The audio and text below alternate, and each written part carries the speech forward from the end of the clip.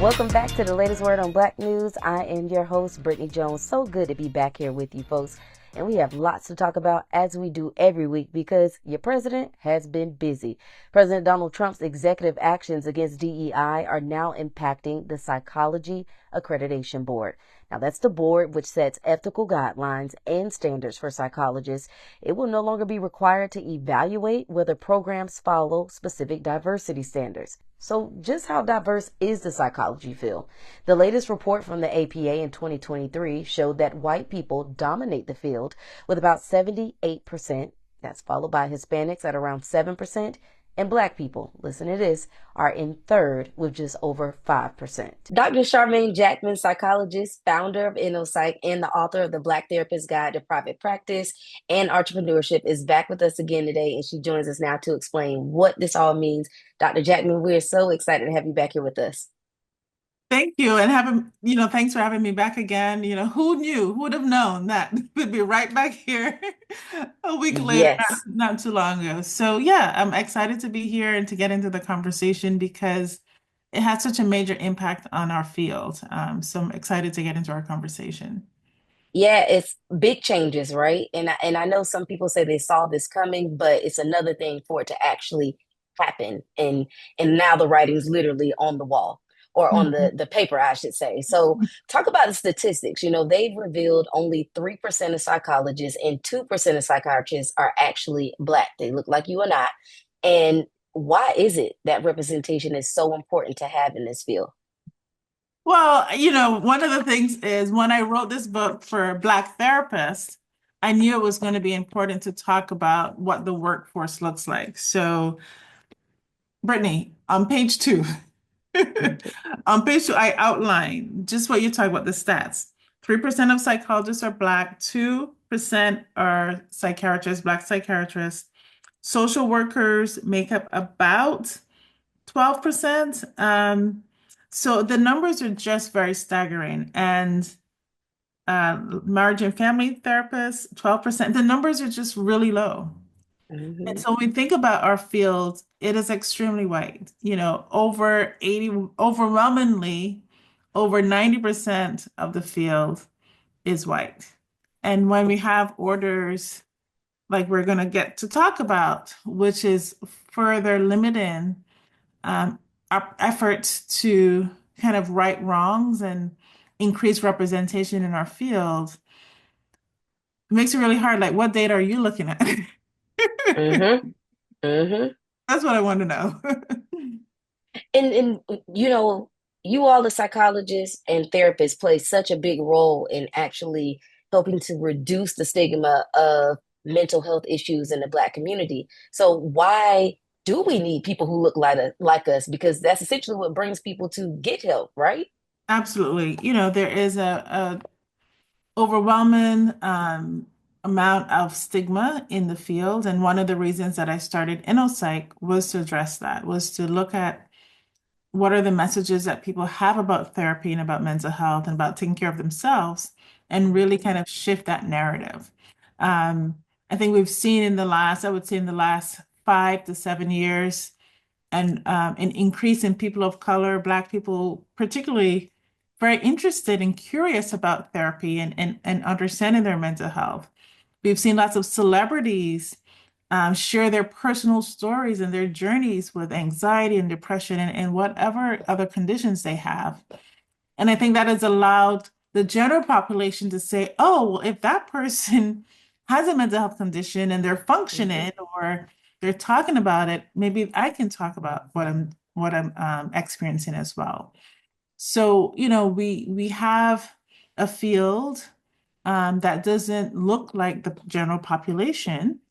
And unfortunately, that makes it really hard for people when you finally decide if you've like, I say, shed all the narratives about therapy and you're like, okay, I'm going to try this out. And you go try to find a therapist that looks like you or understands your culture. It's Mhm. going to be like trying to find a needle in a haystack. Right. Yeah, and I think back to I was very specific when I went to look for a therapist for me. I definitely wanted a Black therapist. I wanted a Black female therapist, and I wanted Mhm. a Christian therapist because of my own principles and how I wanted that therapist to be able to have conversation with Yeah. me. But I remember mentioning this to you when we had the opportunity to be on the same panel for NAACP's convention back in 2023. And I talked about how even my mom was unaware of what a therapy session looked like and Mhm. having to introduce her so she could understand that because of that stigma that surrounds mental health. So when you look at what historical or systemic barriers have been put in place by our, I guess, white counterparts, what are some of those what has contributed to those statistics? Yeah, so I think there are a lot of reasons. So I'll say the first thing is um, if your community, if your family doesn't believe that mental health is a real thing, Mhm. that's something that should be attended to, you're not going to get exposed to career options in mental health. I think that's the very first thing. And I would say, just like you're saying, your mom didn't know what happens in a therapy session because there's privacy around what happens inside the therapy room. It gets mystified. And then we have these media messages. You see TV shows where there's a therapist, right? And they're doing like really outrageous stuff that's unethical that any licensed therapist would never do, right? And so Mhm. then people were just like, well, that's what happens, right? Because you see it on TV, then that must mean it's real. So you have that piece. And then for me to get a PhD in psychology, that meant graduated from high school, 4 years of college, and then another 5 years getting a degree. I'm getting my graduate degree. That means those are years you're not earning.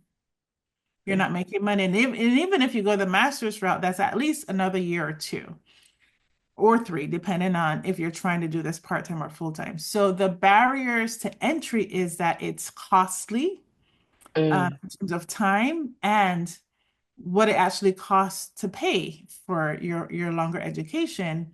And what that means in when you're in school, that means you're not earning a full salary. So those are some major barriers that we see that limits people coming into the field. And as you might also imagine, in a field that has historically been, privileged white people, white men, there's a lot of gatekeeping around that. So who gets to, you have to apply and you have to fly around the country to get into grad school and have research. I mean, there are all these other barriers that can make even getting through the application process really hard because there is a lot of gatekeeping around that. mm. And I've heard horror stories from people who had when you get to the point where you have to write this dissertation, which is like a really big book that nobody really reads Yeah.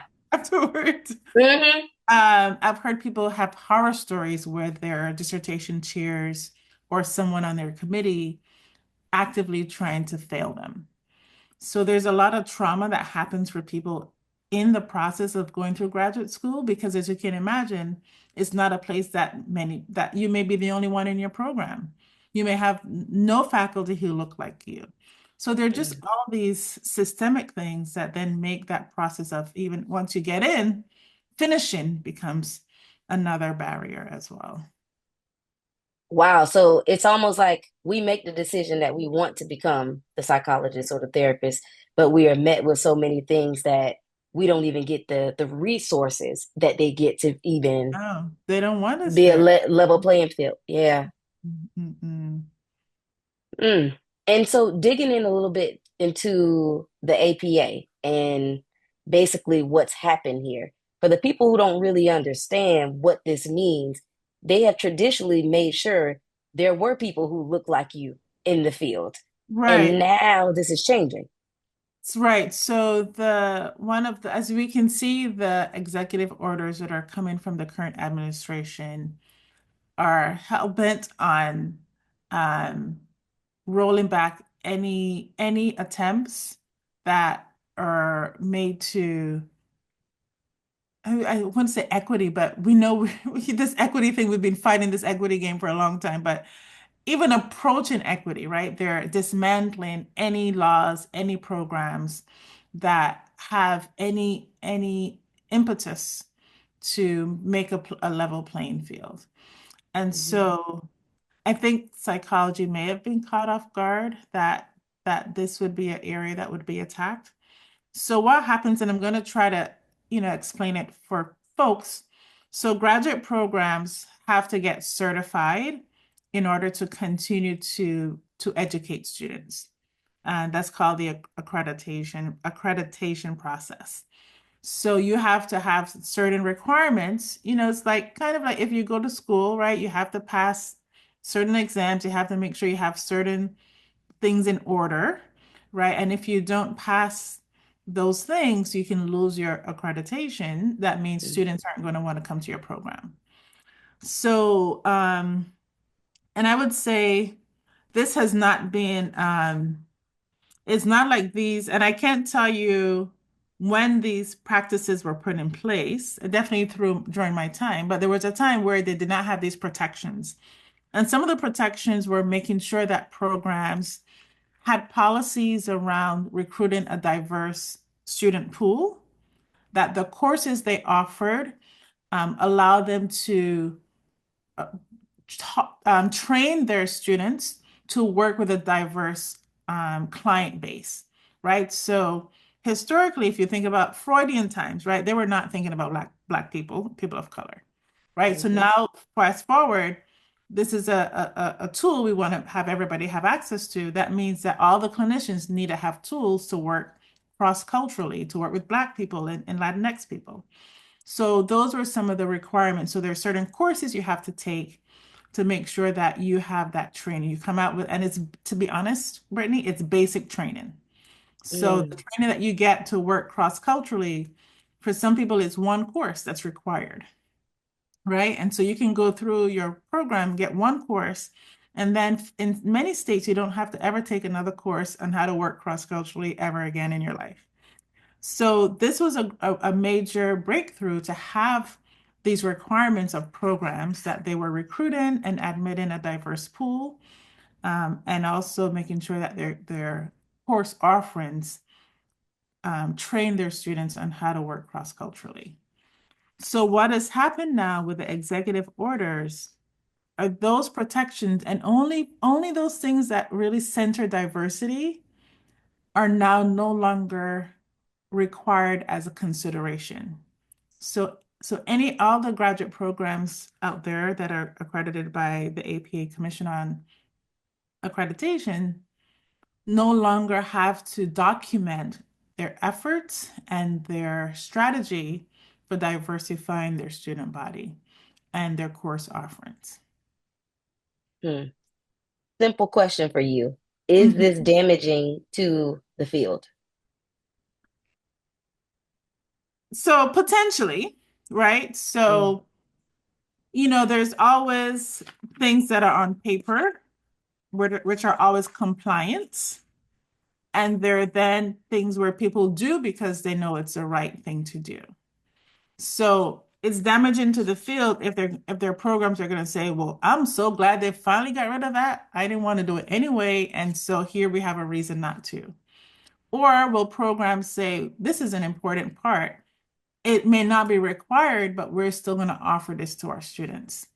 The thing about that is then the students may opt to, well, it's not required, then I don't have to take that course, right? So it is damaging to the field because we're already in a place where the workforce is homogenous, it's mostly white. And this is another example where um, there's no incentive, there's no requirement to ensure that schools are contributing to a diverse workforce. Yeah. Um, I read that letter, and I guess this was the notification that was sent out to all of you who are a part of the APA. And the only thing that it said now is that basically this is law until the court say otherwise because the executive order is in place.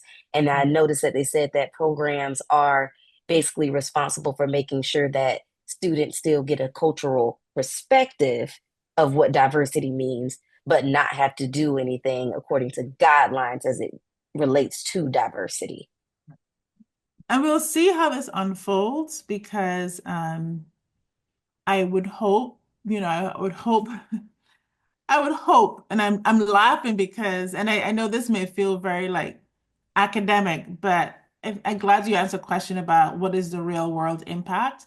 Is that means we could have a cohort of students who come out and are trained to provide mental health care, but Mm, don't have a clue on how to do it with different cultural groups, different racial and cultural groups. And that's the scary part. That's the worry.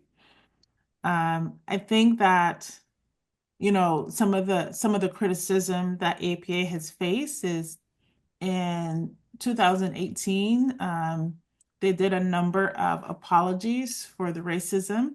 They invested a lot of resources in creating a chronology of racism that the organization had contributed to.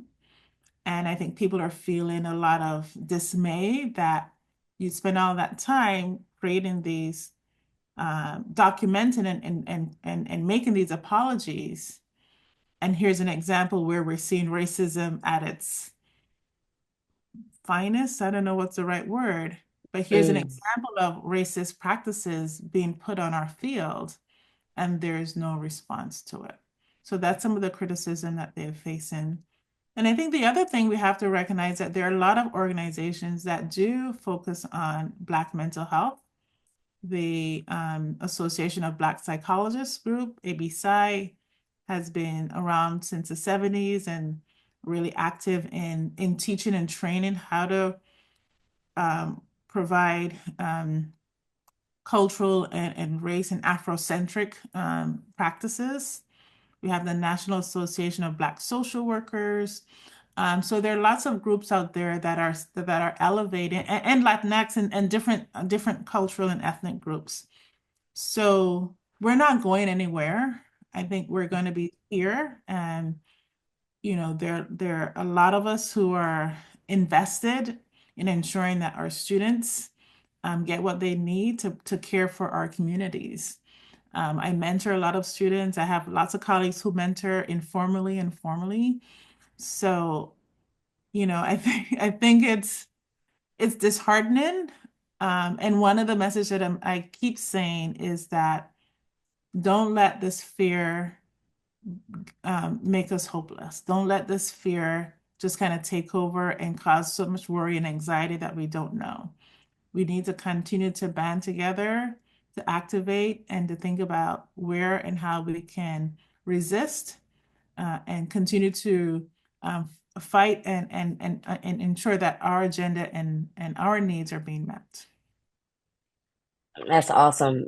Fantastic point there. And I'm glad you brought up the other organizations that are actually doing that work because one of my questions is what changes in education need to happen in order to close kind of that representation gap that exists. Yeah. I think what we're seeing, and I see this a lot that has come, out of the pandemic, that we're seeing more Black and BIPOC um, mental health professionals publish books. They have platforms. Mhm. We have channel, whether we use LinkedIn or Instagram, or we are creating our own. I have a colleague, Sandra, who creates these annual conferences. We go different international countries, and it's focused on liberation and indigenous healing. So we've been creating spaces because we know that the established organizations don't, they offer programming, but they don't do it with the care and love that we do. So there are lots of organizations that are out there that are putting this message forward. And so again, that's why I said you find a mentor, find a group. Lots of groups have Black student unions and Black graduate student organizations. So you don't have to be alone in this.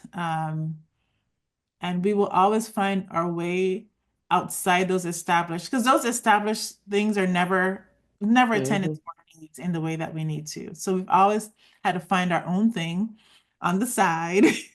Yep. So that's going to continue. And some of those side things may even get bigger, may even get elevated because of this vacuum, right? I think when organizations, fall into the fear, they lose trust with our communities. So Hmm. And my last question, you touched on this earlier because I think it's a very valid point that's inside of your book that says that Black people weren't meant to be therapists. What would you say and that's coming? a myth. That's a myth. Yeah, yeah, yeah, the myth part of it, but that's what they want us to believe. Yes. And so, with that said, what is a message that you want to send to those who are still interested in the field when they're watching all of this unfold from the White House and going, I've mentioned my niece before, like, am I going to be able to do the job that I was purposed here to do? Absolutely, yes. I feel like people always ask me, how did I get started? And I definitely feel this is a calling. This was implanted for me from my higher power. This is my destiny. So follow the path. And again, I can't articulate anymore that there are going to be people and organizations where you will find your home. Do not let these executive orders change what you want to do in terms of your commitment to your community and finding your passion and living out your life's purpose. And though that's actually a lot of what we talk about in the book is about how do you find your passion? How do you leverage your expertise to do good, but also protect your peace in this? And I think that's part of and that's why I say this is, is National Stress Awareness Month, right? These orders are creating stress and chaos and havoc, and it's a distraction. It's by design. And so, like, just know that that is like white noise. Don't pay attention to that. Like, stay the course, find a mentor, find a group, find community that will elevate you and affirm you and help get you to the goal that you want to. But our communities need young people of color in the mental health field. We need you. So do not be deterred. As always, Dr. Jackman, you're fantastic. Thank you. And thanks again to Dr. Jackman for coming back to break it all down for us. Again, the chair of the APA says the standards will remain in place while Trump's executive order remains in the courts. And we promise we'll keep you updated on all things happening across the board. But for now, thank you for joining us here on the latest word on Black News. I'm your host, Brittany Jones. And if you haven't caught up already, there are other episodes for you to watch. Just click that play button. And until next time, take care.